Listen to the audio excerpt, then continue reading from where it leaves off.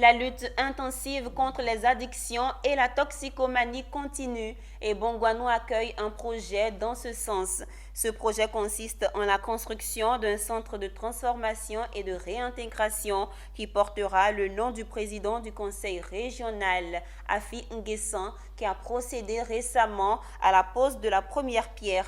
C'est une initiative de Global Teen Challenge qui consiste à venir en aide aux personnes dépendantes des addictions. Anja Semian et Ismaël Doza.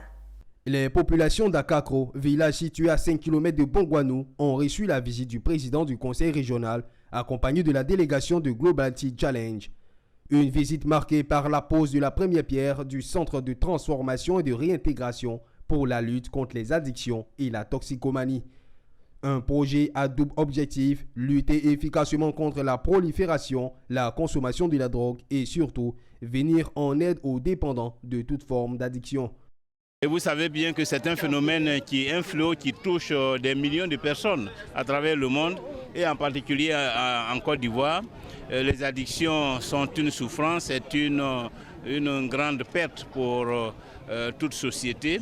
Et donc ces genres de fléaux, il ne faut pas les laisser se propager à travers la société puisque ce sont des fléaux qui détruisent toute une société. Et donc c'est pourquoi nous voudrions saluer l'initiative de Global Teen Challenge, d'abord de tenir son assemblée annuelle ici en Côte d'Ivoire et de choisir de construire un centre de portée internationale dans la région du Morono. Présente sur les terres ivoiriennes depuis 2015, Global Teen Challenge, initiatrice de ce projet à haute portée sociale, est opérationnelle dans 136 pays. Elle a porté son choix sur le village d'Akakro, car convaincue de pouvoir lutter contre les addictions dans le pays et dans toute l'Afrique. Une région, un continent très important pour Global Teen Challenge.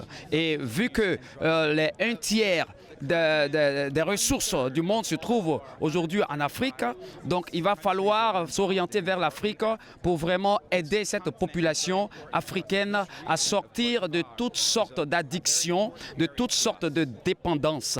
Je vous dis merci à cette grande société d'avoir permis à ce que cette année nous puissions voir ce grand bloc qui va nous permettre aussi et encore sensibiliser encore nos frères pour quitter dans cette affaire de drogue, d'alcool et de cigarettes. Merci encore à la société, merci au président Afri. Évalué à près de 3 milliards de francs, le centre de transformation et d'insertion des toxicomanes Pascal Afi Nguessan de Bongouanou sera livré bientôt. Cette pose de la première pierre fait suite à la célébration récente de la 34e journée mondiale sans tabac.